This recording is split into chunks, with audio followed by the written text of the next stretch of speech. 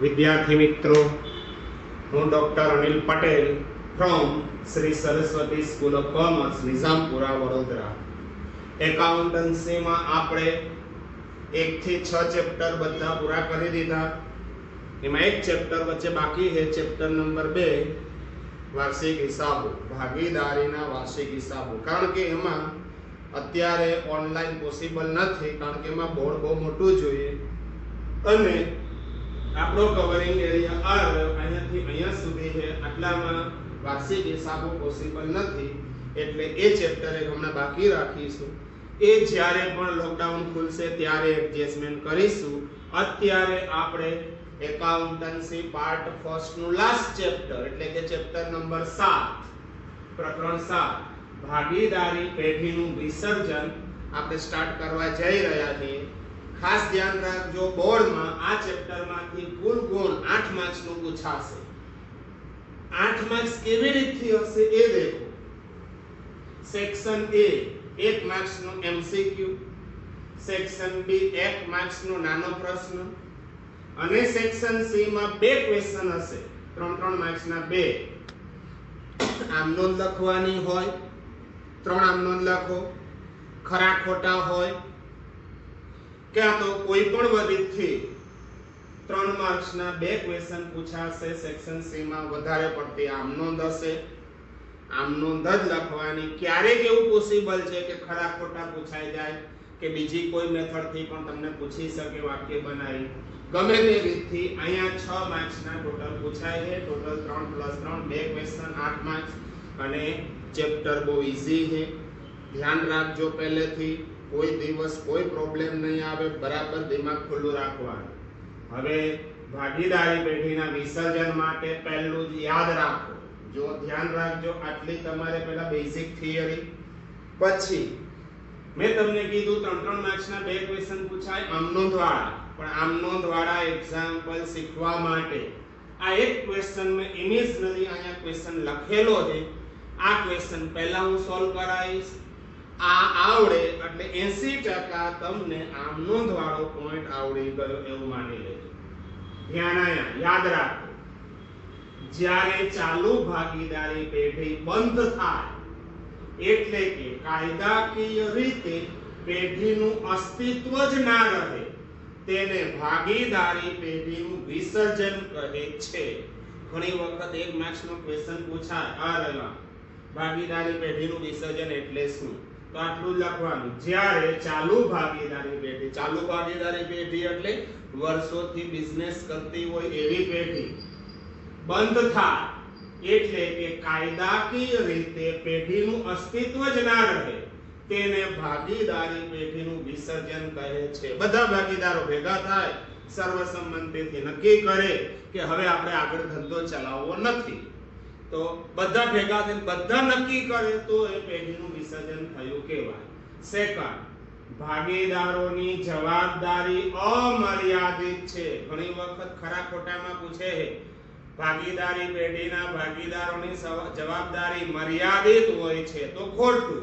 યાદ રાખજો, ભાગીદારોની જવાબદારી અમર્યાદિત છે. પેઢીના દેવા માટે ભાગીદાર વ્યક્તિગત રીતે તેમજ સામૂહિક રીતે પણ જવાબદાર છે.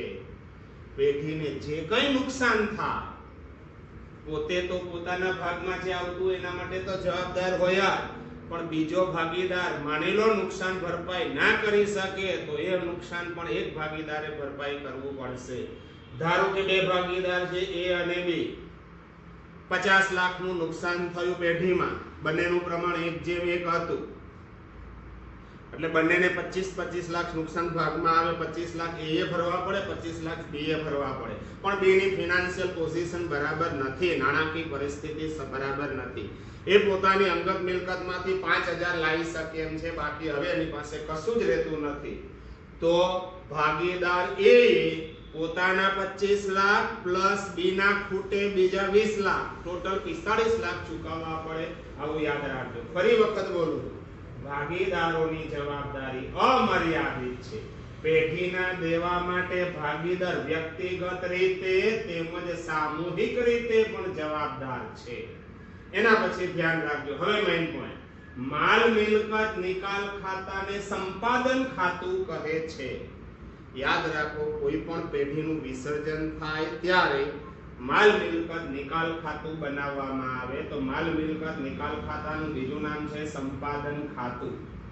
તે પેઢીની મિલકતો અને દેવાના નિકાલની હિસાબી અસરો આપવા માટે તૈયાર કરવામાં આવે છે.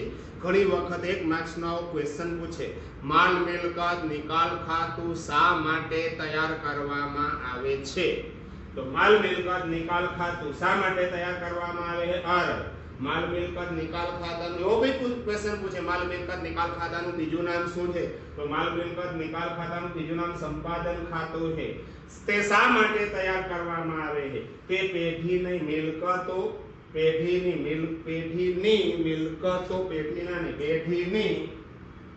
મિલકતો અને દેવાના નિકાલની હિસાબી અસરો આપવા માટે તૈયાર કરવામાં આવે છે.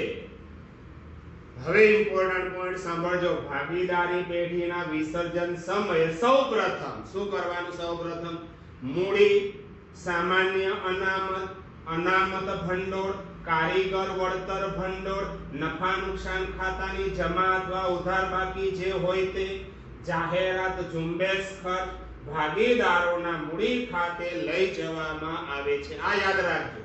પ્રવેશ અને નિવૃત્તિમાં જેવું કરતા હતા એવું મૂડી હોય, સામાન્ય અનામત હોય, અનામત ભંડોળ, કારીગર વળતર ભંડોળ, નફા નુકસાન ખાતાની જમા બાકી અથવા ઉધાર બાકી અને જાહેરાત ઝુંબેશ ખર્ચ ભાગીદારોના મૂડી ખાતે લઈ જવામાં આવે છે. અમુક વસ્તુ મૂડી ખાતામાં જમા થાય, અમુક વસ્તુ ઉધાર થાય. કઈ વસ્તુ જમા થાય? જે મૂડી દેવા બાજુ આપી હોય, આમાંથી મૂડી દેવા બાજુ આપી હોય એ મૂડી ખાતામાં જમા થાય. પણ એવી વસ્તુ આમાં જે આપી તે મિલકત લેણા બાજુ આપી હોય તો મૂડી ખાતામાં ઉધાર થાય, ભાગીદારોના પ્રમાણમાં વેચાય. રોકડ અને બેંક ખાતા સિવાય બધી જ મિલકતો અને દેવા તેમજ જોગવાઈઓ માલ મિલકત નિકાલ ખાતામાં લઈ જવામાં આવે છે. યાદ રાખજો. અહીંયા પહેલામાં જે લખ્યું મૂડી અનામત, અહીંયા દેખો તમને આમાં સમજાવો. આ મૂડી કઈ લખાય? ભાગીદારોના મૂડી ખાતામાં જમા. સામાન્ય અનામત શું કરાય? ભાગીદારો વચ્ચે વહેંચાય. કારીગર વળતર અનામત આ પણ ભાગીદારો વચ્ચે જૂના પ્રમાણમાં વહેંચાય જમા બાજુ. રોકાણ વધઘટ ભંડોળ આ બહુ ઇમ્પોર્ટન્ટ છે. જો પ્રવેશ નિવૃત્તિમાં રોકાણ વધઘટ ભંડોળ તમે ભાગીદારો વચ્ચે વહેંચી દેતા હતા, બધાને યાદ હશે. પણ આ પ્રવેશ નિવૃત્તિનાથી શું છે? ભાગીદારી પેઢીનું વિસર્જન. એમાં એક નિયમ છે, કોઈ પણ મિલકત સામેનું અનામત હોય, આ રોકાણો, આ રહ્યું રોકાણ વધઘટ ભંડોળ, આ દેવાદારો, આ રહ્યું ખાલખાદ અનામત. મિલકત સામેનું અનામત હોય એ માલ મિલકત નિકાલ ખાતામાં લઈ જવા. એટલે ફરી વખત રિમાઇન્ડ કરું, મૂડી ખાતામાં જમા, સામાન્ય અનામત મૂડી ખાતામાં જમા, કારીગર વળતર અનામત મૂડી ખાતામાં જમા. પણ રોકાણ વધઘટ ભંડોળ સામે રોકાણો છે અને રોકાણ વધઘટ ભંડોળ, તો આ રોકાણો છે ને માલ મિલકત નિકાલ ખાતામાં ઉધાર અને રોકાણ વધઘટ ભંડોળ માલ મિલકત નિકાલ ખાતામાં જમા. આવો નિયમ છે. એની લોન, કોઈ પણ ભાગીદારની લોન હોય, ડાયરેક્ટ એ રોકડ ચૂકવી જ દેવાની, રોકડ ખાતામાં જમા. સીધું જ લખી દો તો ચાલે, પરંતુ એક નિયમ છે, લોન ખાતું બનાવો, લોન ખાતા છેલ્લે બંધ કરો અને ડિફરન્સ રોકડ ખાતે લઈ જાઓ. અલ્ટિમેટલી આમનો તો એક જ થાય કે કોઈ પણ ભાગીદારની, આ એ ભાગીદાર છે, ભાગીદારની લોન તો એ લખાય ડાયરેક્ટ રોકડ ખાતામાં જમા. શ્રીમતી બી ની લોન, આ બી ભાગીદાર છે, આ બી ની શ્રીમતી, બી ની મિસિસ, તો શ્રીમતી બી ની લોન આ દેવું કહેવાય. કે કોઈ દિવસ એની આ બે એક નથી, આ ભાગીદારની પોતાની લોન છે, આ ભાગીદારની પત્નીની લોન છે. ભાગીદારની લોન હોય તો ડાયરેક્ટ રોકડ ખાતામાં જમા, પણ શ્રીમતી બી ની લોન એ સિમિલર એઝ લેણદાર, દેવી હુંડી, પ્રોવિડન્ટ ફંડ આ ત્રણ છે એવું જ આ છે. તો આ બધી જ વસ્તુ આ દેવું કહેવાય. આ અહીં મેં લખેલું જ છે, બધી જ મિલકતો અને દેવા તેમજ જોગવાઈઓ માલ મિલકત નિકાલ આ બધા દેવા કહેવાય, આ જોગવાઈ કહેવાય. આ વસ્તુ માલ મિલકત નિકાલ ખાતામાં જમા બાજુ યાદ રાખજો. એના પછી રોકડ બેંક શિલ્લક રોકડ ખાતામાં ઉધાર બાજુ લખાય છે અને રોકડ બેંક શિલ્લક રોકડ ખાતામાં ઉધાર લખી દેવાનું. હવે ધ્યાન રાખો, આટલું બેઝિક થયા પછી ફરી એક વખત આ રિમાઇન્ડ કરો આખા પાકા સરવૈયાની ટ્રીટમેન્ટ. એક બી વસ્તુ છોડવાની નહીં. મૂડી કઈ લખાય? મૂડી ખાતામાં જમા. સામાન્ય અનામત ભાગીદારોના મૂડી ખાતામાં જમા. જમા બાજુ પ્રમાણમાં વેચાય. નફા નુકસાનનું પ્રમાણ તમને ઉપર નીચે ક્યાં આ રહે પેઢી નફા નુકસાનનું પ્રમાણ 3:2. તો આ 50,000 ને 3:2 એ અને બી વચ્ચે વેચી દેવાનું. કારીગર વળતર અનામત આ પણ ભાગીદારોના મૂડી ખાતામાં જમા. રોકડ વધઘટ ભંડોળ મિલકત સામેનું ભંડોળ છે. માલ મિલકત નિકાલ ખાતામાં જમા. આ બધી જમા બાકી એટલે જમા બાજુ જ આવે. એની લોન ભાગીદારની લોન, ખરેખર નિયમ પ્રમાણે લોન ખાતું બનાવવાનું સેપરેટ અને છેલ્લે લોન ખાતું બંધ કરવાનું. લોન ખાતાનો ડિફરન્સ લઈ જવાય રોકડ ખાતામાં. એનો મતલબ ડાયરેક્ટ આ રોકડ ખાતામાં જમા લખી દો તો ચાલે. શ્રીમતી બી ની લોન આ 12મી પાર્ટી કહેવાય. શ્રીમતી બી ભાગીદાર નથી, આ ભાગીદારની પત્ની છે. તો એ કઈ લખાય? માલ મિલકત નિકાલમાં જમા. લેણદારો માલ મિલકત નિકાલમાં જમા. દેવી હુંડી માલ મિલકત નિકાલમાં જમા. પ્રોવિડન્ટ ફંડ માલ મિલકત નિકાલમાં જમા. પાઘડી માલ મિલકત નિકાલમાં ઉધાર. મૂડી ખાતામાં નહીં. પ્રવેશ નિવૃત્તિમાં પાઘડી કઈ લખતા હતા? મૂડી ખાતામાં ઉધાર. પણ આ ભાગીદારી પેઢીનું વિસર્જન છે. પાકા સરવૈયામાં આપેલી પાઘડી માલ મિલકત નિકાલ ખાતામાં ઉધાર. પેટન્ટ માલ મિલકત નિકાલમાં ઉધાર. જમીન મકાન માલ મિલકત નિકાલમાં ઉધાર. યંત્રો માલ મિલકત નિકાલમાં ઉધાર. રોકાણો માલ મિલકત નિકાલમાં ઉધાર. દેવાદારો માલ મિલકત નિકાલમાં ઉધાર 22,000 અને ખાલખાદ અનામત માલ મિલકત નિકાલમાં જમા 2,000. લેણી હુંડી માલ મિલકત નિકાલમાં ઉધાર. સ્ટોક માલ મિલકત નિકાલમાં ઉધાર. રોકડ બેંક રોકડ અને બેંક શિલ્લક રોકડ ખાતામાં ઉધાર બાજુ. હવે સાંભળજો, નફા નુકસાન ખાતું.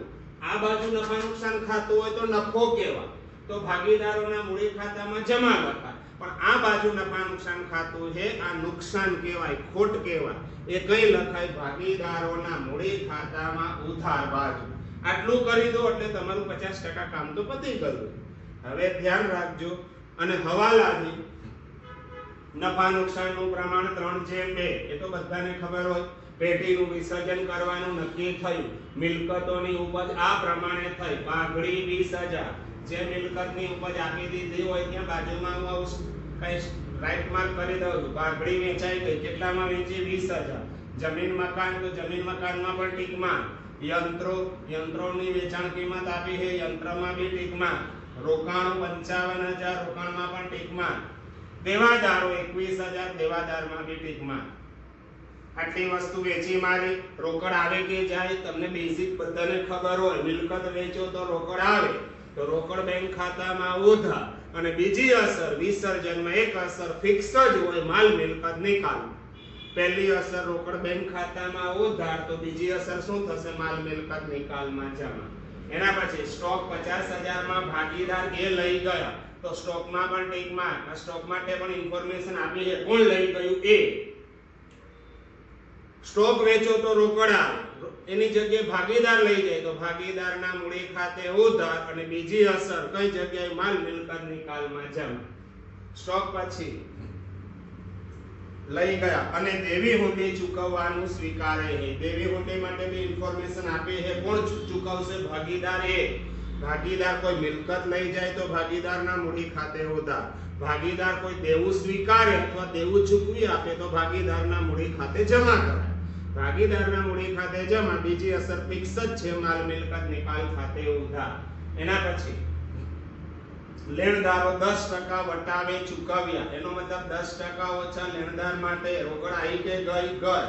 એના પછી શ્રીમતી બી ની લોન ભાગીદાર બી લઈ ગયા. હમણાં જ કીધું, ભાગીદાર કોઈ દેવું લઈ જાય તો શું કરાય? ભાગીદારના મૂડી ખાતે જમા. તો બીજી અસર કઈ લખાય? માલ મિલકત નિકાલ ખાતે ઉધાર. વિસર્જન ખર્ચ 10,000 રોકડેથી ચૂકવ્યો. રોકડ આવી કે ગઈ? રોકડમાં જમા. તો બીજી અસર કઈ લખાય? માલ મિલકત નિકાલ ખાતે ઉધાર. હવે જે ઇમ્પોર્ટન્ટ વર્ડ બોલવું એ સાંભળજો. આ તો જેના માટે ઇન્ફોર્મેશન આપી હોય, જેના માટે કોઈ ઇન્ફોર્મેશન ના આપી હોય તેવું હોય ને તો રોકડ ચૂકવવાની. કોઈ દેવું બાકી હોય તો યસ આર, કશું જ નથી કીધું. જ્યાં હું સ્ટાર કરું ને એનો મતલબ પ્રોવિડન્ટ ફંડ મારે 25,000 રૂપિયા આપવાના હતા, કશું જ કીધું નથી. તો શું કરવાનું? રોકડ ચૂકવવાની. રોકડ ગઈ, રોકડમાં જમા. રોકડ જમા થાય તો બીજી અસર ફિક્સ જ છે, માલ મિલકત નિકાલ ખાતે ઉધાર. સિમિલરલી મિલકત લેણા બાજુ પણ જોવાની. જે મિલકત માટે કોઈ ઇન્ફોર્મેશન ના આપી હોય એવી મિલકત મને દેખાય આ પેટર્ન, અને બીજી છે લેણી હુંડી. આ બે મિલકતમાં, આ તો બધું પતી ગયું. આ બે મિલકત માટે કોઈ ઇન્ફોર્મેશન નથી તો વેચવાની. પણ દેવા ચૂકવવામાં નિયમ અલગ છે. જેના માટે કોઈ ઇન્ફોર્મેશન ના આપી હોય પૈસા ચૂકવી દેવાના. એનો મતલબ પ્રોવિડન્ટ ફંડ ના હું કેટલા ચૂકવી દઈશ? 25,000 ચૂકવી દેવાના. પણ મિલકતમાં બી લેણી હુંડી કેટલા રૂપિયા આવ્યા કશું જ નથી કીધું. પેટન્ટના કેટલા આવ્યા કશું જ નથી કીધું. મિલકત માટેનો નિયમ યાદ રાખજો. જો બોલું એ સાંભળજો, બે વખત બોલું. દ્રશ્ય મિલકત હોય, દ્રશ્ય અને અદ્રશ્ય મિલકત બે ભાગ પાડવાના. અદ્રશ્ય મિલકત માટે કોઈ માહિતી ના આપી હોય તો ભૂલી જવાની. એનો મતલબ એની હવે કોઈ આમનો ના કરે. એનો મતલબ અદ્રશ્ય મિલકત પેટન્ટ હતી 20,000, કેટલા રૂપિયા આવ્યા કશું જ નહીં, ઝીરો માની લેવાનું. તો હવે કોઈ આમનો ના કરે. પણ લેણી હુંડી એ દ્રશ્ય મિલકત કહેવાય. દ્રશ્ય મિલકત માટે કોઈ માહિતી ના આપી હોય તો એવું માનવાનું ચોપડે કિંમતથી ઉપજ્યા. એનો મતલબ લેણી હુંડીમાંથી મને આવ્યા 10,000, રોકડ આવી, રોકડમાં ઉધાર અને માલ મિલકત નિકાલમાં જમા. પેટન્ટ માટે કીધું હોય પેટન્ટના 15 આવ્યા, 20 આવ્યા, 25 આવ્યા તો લઈ લેવાના. કશું જ કહેવામાં ના આવે તો પેટન્ટને શું ધારી લેવાનું? ઝીરો. યાદ રાખ, આમાં લખેલું પાઘડીના રૂપિયા 20,000 આવ્યા, આ રહ્યું તો 20 લઈ લેવાના, ના નહીં કહેવાનું. પણ માની લો પાઘડી માટે કોઈ માહિતી ના આપે તો એની ઉપજેલ કિંમત શું ધારવાની? ઝીરો. અદ્રશ્ય મિલકત માટે કોઈ માહિતી ના આપી હોય તો એની ઉપજ ઝીરો ધારી લેવામાં આવે. દ્રશ્ય મિલકત માટે કોઈ માહિતી ના આપી હોય તો એની ચોપડે કિંમતથી ઉપજ કિંમત ધારી લેવામાં આવે. આવું યાદ રાખવાનું. હવે હું અત્યારે અહીંયા ધ્યાન રાખજો, 2-3 ખાતા બનાવું છું. એ ખાસ તમારે જોવાના. ખરેખર તો 3 ખાતા બને, પણ મારી પાસે જગ્યાઓ છે એટલે પહેલા હું 2 બનાવીશ, ત્રીજું ખાતું પછી બનાવીશ રોકડ. ધ્યાન અહીંયા રાખજો, જરા જોઈ લેજો. આ તમારા માટે મેઇન એક્ઝામ્પલ બોર્ડમાં જે પૂછાવાના છે એના માટે આ બેઝિક છે, આ જરૂરી છે. પહેલું જ ખાતું વિસર્જનના સંજોગમાં આનો આન્સર કરું છું. શ્રી ખાલી જગ્યાના ચોપડામાં અહીંયા પેઢીનું નામ લખા. એ અને બી, એ એન્ડ બી ના ચોપડામાં, એ એન્ડ બી ના ચોપડામાં કયું ખાતું છે? માલ મિલકત નિકાલ ખાતું. માલ મિલકત નિકાલ ખાતું.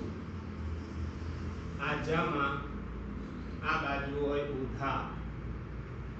ધ્યાન રાખજો બરાબર. એક વખત જોઈ લેશો તો 90% ચેપ્ટર આજને આજ પહેલા જ લેક્ચરમાં આવડી ગયું. આવતીકાલે જે બીજો લેક્ચર આનો થશે એમાં તમને પૂછવામાં આવશે જે નાના ક્વેશ્ચન થાય છે, જે બોર્ડમાં જે ટાઈપના ક્વેશ્ચન આવે છે એ આવતીકાલે આપણે ભણવાના છીએ. આ પ્રમાણે માલ મિલકત નિકાલ ખાતું મેં ડ્રો કરેલું છે. જુઓ, આ વિગત, રકમ રૂપિયા, વિગત અને રકમ રૂપિયા. પહેલું માલ મિલકત નિકાલ ખાતું અહીંયા બનાવું છું. ભાગીદારોના મૂડી ખાતા, ભાગીદારોના મૂડી ખાતા. આ જમા, આ બાજુ ઉધાર. આ બીજું ખાતું બની ગયું ભાગીદારોના મૂડી ખાતા. બહુ નાના અક્ષરથી લખવું પડશે તમારે, બરાબર દિમાગ ખોલવાનું, જોવાનું બરાબર. આ 2 ભાગીદાર એ બી,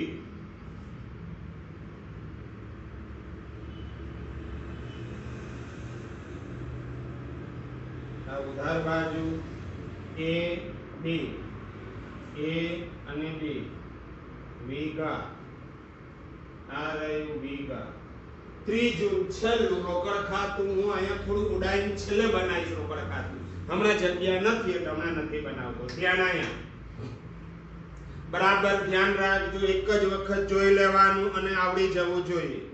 આ મૂડી કઈ લખાય? આ તો બધાને ખબર હોય. મૂડી ખાતામાં જમા, અહીંયા લખાય બાકી આગળ લાવ્યા. ચલો બોલો જી, 1 લાખ અને 2 લાખ. સામાન્ય અનામત 50,000 જૂના પ્રમાણમાં. આ રહ્યું 3/2. અહીંયા લખું સામાન્ય અનામત. ચલો 50,000 ને 3/2 માં તો 30,000 અને 20,000. 30 20. ત્યાર પછી કારીગર વળતર અનામત. કારીગર વળતર અનામત આ પણ જૂના પ્રમાણમાં 30,000 ને 3/2 એટલે ભાગ્યામાં 6 તેરી 18 6 દુ 12 18 અને 12. આ વેચતા તો આવડે ને બધાને. હવે ઇમ્પોર્ટન્ટ પોઈન્ટ છે રોકાણ વધઘટ ભંડોળ. મિલકતની સામેનું અનામત ક્યારે નેવર ભાગીદારો વચ્ચે વહેંચાય નહીં. ઉપકાર માલ મિલકત નિકાલમાં જમા. રોકાણ વધઘટ ભંડોળ કેટલું છે? 20,000. એના પછી આ એની લોન, ભાગીદારની લોન હમણાં બાકી રાખો. ડાયરેક્ટ કઈ લખાય? રોકડ ખાતામાં જમા. યાદ રાખો, ડાયરેક્ટ રોકડ ખાતામાં જમા લખી. શ્રીમત આ બાકી છે, હજુ ધ્યાન રાખો. લખી દઉં, પછી થોડી વાર પછી હું લખીશ. અહીંયા રોકડ ખાતું બનાવીશ ને ત્યારે લખીશ. શ્રીમતી ડી ની લોન. આ ભાગીદાર નથી, ભાગીદારની પત્નીની લોન છે. કઈ લખ? અહીંયા આવશે જમા. શ્રીમતી ડી ની લોન. બોલો શ્રીમતી ડી ની લોન મને દેખાય 25. ત્યાર પછી લેણદાર, એ પણ દેવું કહેવાય. આ રહ્યું લેણદારો. ચલો બોલો 30,000. દેખાય બરાબર? 30,000. એના પછી દેવી હુંડી, એ પણ દેવું. અહીંયા લખાય દેવી હુંડી. બોલો જી 10,000. અને લાસ્ટ વન છે પ્રોવિડન્ટ ફંડ. એ પણ અહીંયા જ લખાય પ્રોવિડન્ટ ફંડ. મને દેખાય પ્રોવિડન્ટ ફંડ 25,000. એક વસ્તુ ધ્યાન રાખો, મૂડી દેવા બાજુ જે કઈ વસ્તુ હોય એ બધી જ જમા બાજુ આવે. દેખી લીધી જમા છે, જો કોઈ ઉધાર બાજુ ના જાય. હવે મિલકત લેણા બાજુ બધી જ મિલકતો રોકડ છે ને, આમાંથી ખાલી 2 મિલકત, રોકડ અને નફા નુકસાન ખાતું અને જાહેરાત ઉપલબ્ધ. આટલી વસ્તુ ભાગીદારોમાં મૂડી અને રોકડ. બીજી બધી જ વસ્તુમાં આ બધી ઉધારો. માલ મિલકત નિકાલમાં ઉધાર થાય. મને દેખાય પહેલું જ પાઘડી. કેટલી દેખાય પાઘડી તમને? 30,000. બોલો પાઘડી પછી શું દેખાય? પેટર્ન. બોલો પેટર્ન કેટલી? 20,000. પેટર્ન પછી જમીન મકાન. બરાબર ધ્યાન રાખવાનું, વિચારવાનું. જમીન મકાન કેટલું દેખાય છે? 2 લાખ. જમીન મકાન પછી યંત્રો, એ પણ મિલકત કહેવાય. બધી જ મિલકતો માલ મિલકત નિકાલમાં ઉધાર લખાય 50,000. રોકાણો, એ પણ અહીંયા જ ઉધાર. આ રહ્યું રોકાણો. કેટલા દેખાય રોકાણો? બોલો જી 50,000. હવે ઇમ્પોર્ટન્ટ છે દેવાદારો. જો યાદ રાખજો બરાબર. દેવાદારો કેટલા દેવાદારો? 22,000 અહીંયા લખાય. અને ગાલખાદ અનામત જમા બાજુ. ગાલખાદ અનામત કેટલી દેખાય? 2,000. બરાબર. દેખો રોકાણો અહીંયા, રોકાણ વધઘટ ભંડોળ અહીંયા અપોઝિટ. દેવાદારો અહીંયા, તો ગાલખાદ અનામત એની વિરુદ્ધ. લેણી હુંડી, એ પણ અહીંયા જ લખાય લેણી હુંડી. બોલો લેણી હુંડી કેટલી તમને દેખાય છે? 10,000. ત્યાર પછી સ્ટોક, એ પણ અહીંયા જ લખાય સ્ટોક. બોલો સ્ટોક કેટલો દેખાય? 60,000. સ્ટોક પછી રોકડ બેંક. જો હવે હું રોકડ ખાતું અહીં બનાવી દઉં. આ પાકું સરવૈયું છે. નાનું એવું રોકડ ખાતું અહીંયા બનાવું છું, જરા ધ્યાન રાખજો.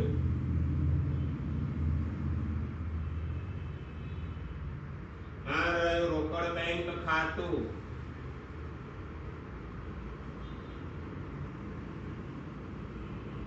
ધ્યાન અહીંયા આવું હોય રોકડ બેંક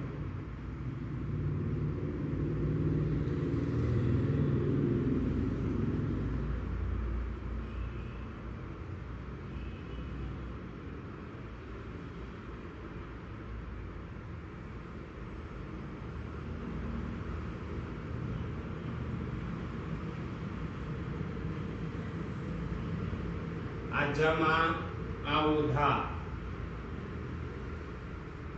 ધ્યાન અહીંયા બરાબર વિગત રકમ રૂપિયા વિગત અને રકમ રૂપિયા આ જમા છે અહીંયા ધ્યાન આ રોકડ બેંક ખાતામાં ઉધાર આ બધી મિલકત છે ઉધાર બાજુ જ આવે બાકી આગળ લાવ્યા કેટલા છે 70,000 અને નફા નુકસાન ખાતું આ કઈ લખાય મૂડી ખાતામાં ઉધાર નફા નુકસાન ખાતું 30,000 ને જૂના પ્રમાણમાં 3:2 માં આ રહી 18 અને 12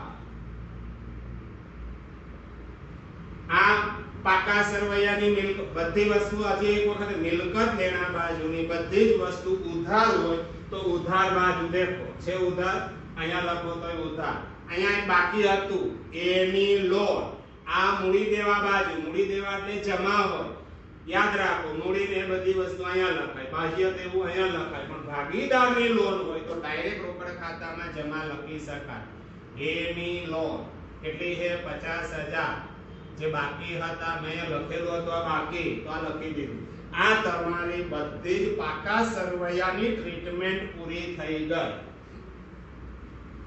પાકા સરવૈયાની ટ્રીટમેન્ટ પૂરી થાય તો હવે ધ્યાન આયા હવે એક પછી એક આપણે હવાલા કરવાના છે ધ્યાન રાખજો બરાબર અને મેં પેલા બે સ્ટાર કરેલા હતા એક મિલકત લેણા બાજુ એક સ્ટાર હતો સમ સ્ટાર હતો આઈ થિંક લેણી હુંડીમાં અહીંયા સ્ટાર હતો અને આ બાજુ પ્રોવિડન્ટ ફંડમાં સ્ટાર હતો એ પણ જોડે જોડે ટ્રીટમેન્ટ આપવાની ભૂલાય નહીં નફા નુકસાનનું પ્રમાણ 3:2 પેઢીનું વિસર્જન કરવાનું નક્કી કર્યું મિલકતની ઉપજ આ પ્રમાણે થઈ આ બધા વિદ્યાર્થીઓને આટલું નોલેજ હોય કોઈ પણ મિલકત વેચો તો રોકડ આવે કઈ લખાય રોકડ બેંક ખાતામાં ઉધાર અને બીજી વસ્તુ વિસર્જનમાં એક અસર માલ મિલકત નિકાલમાં હોય મિલકત વેચો તો રોકડ આવે અહીંયા થાય ઉધાર તો આમાં શું થાય જમા આ પહેલો હવાલો તો નફા નુકસાનનું પ્રમાણ મિલકતોની ઉપજ મિલકત વેચી રોકડ આવી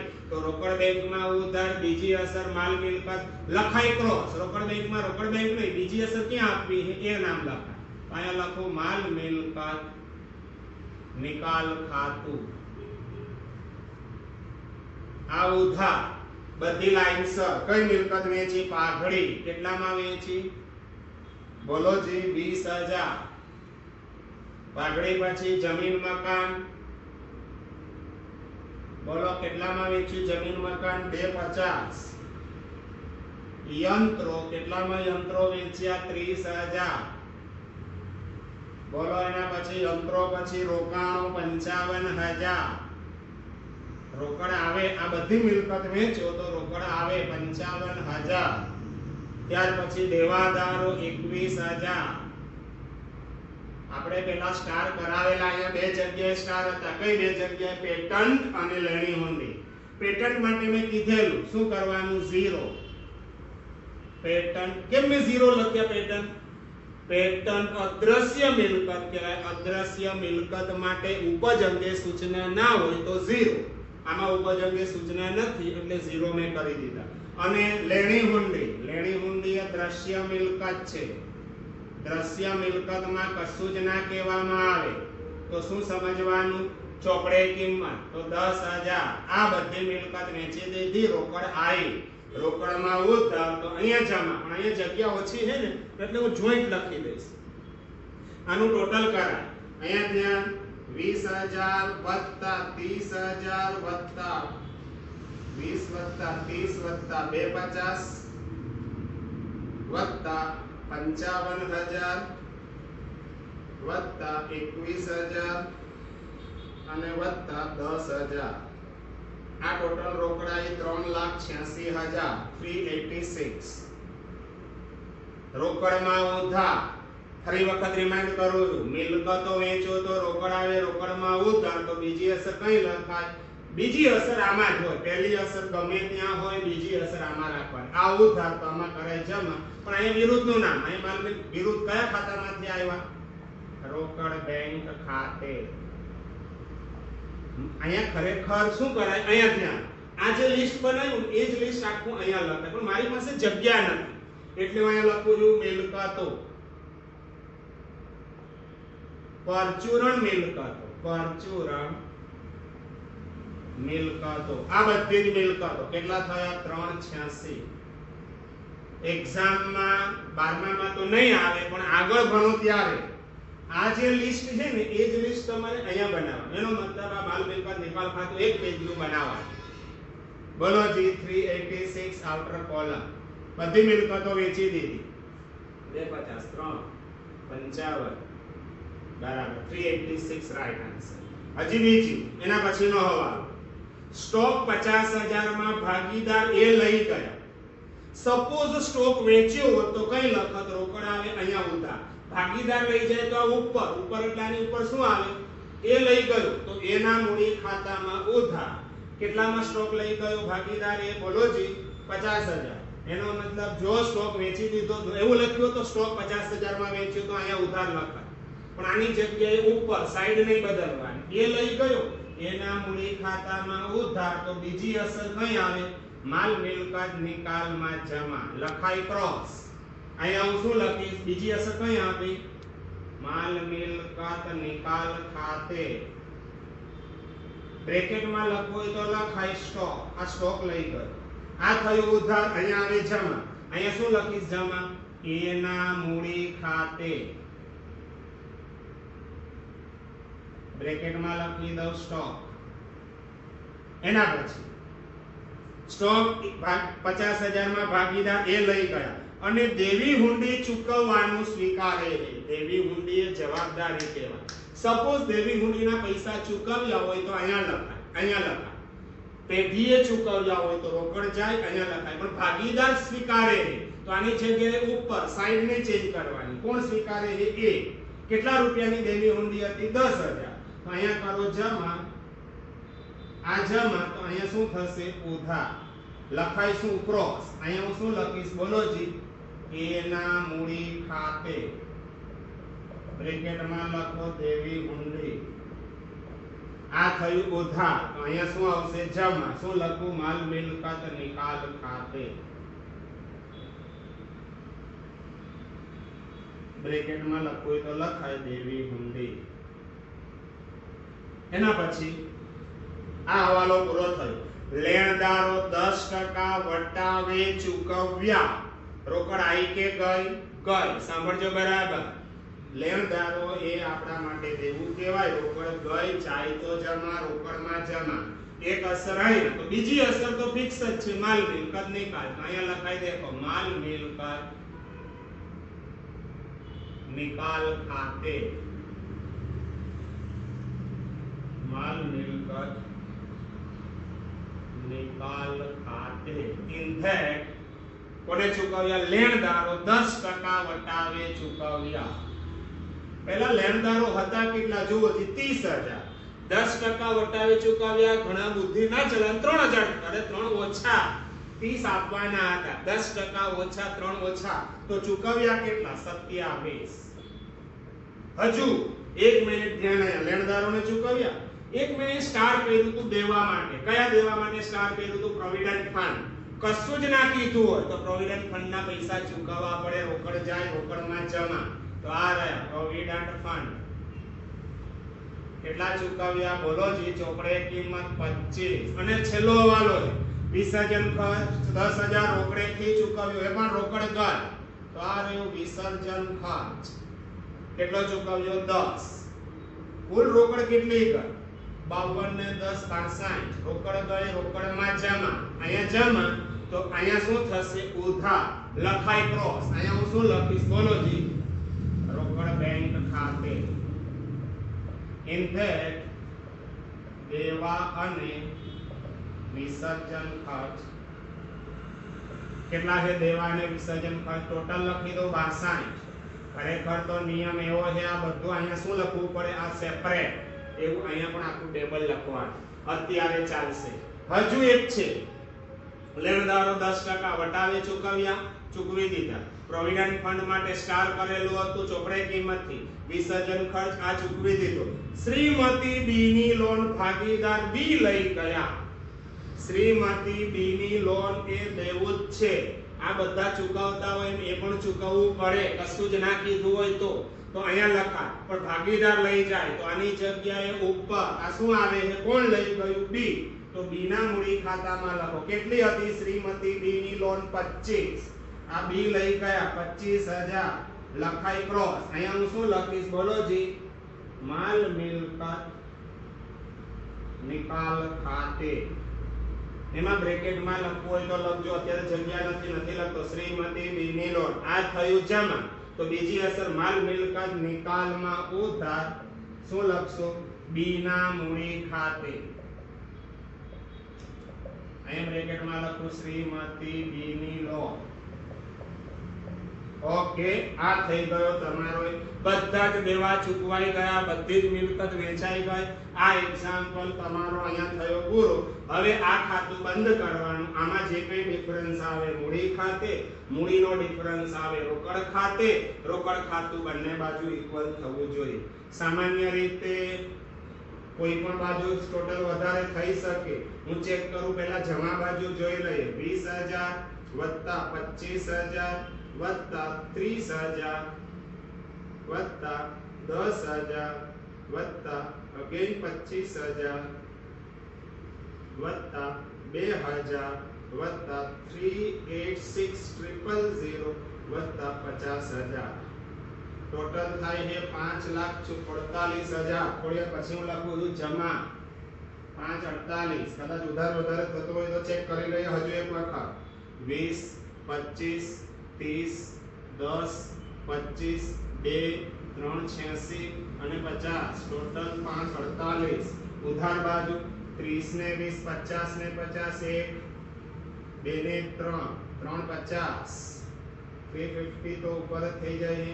350 વત્તા ફરીથી 50 ને 50, 350 વત્તા 22 વત્તા 10 વત્તા 60 ને 10, 70 વત્તા 70 વત્તા 62 અને વત્તા 25. ટોટલ થાય 539. જમા વધારે છે 548. 5,48,000 અપોઝિટ 5,48,000. એમાંથી ચેક કરી લઈએ ફરીથી.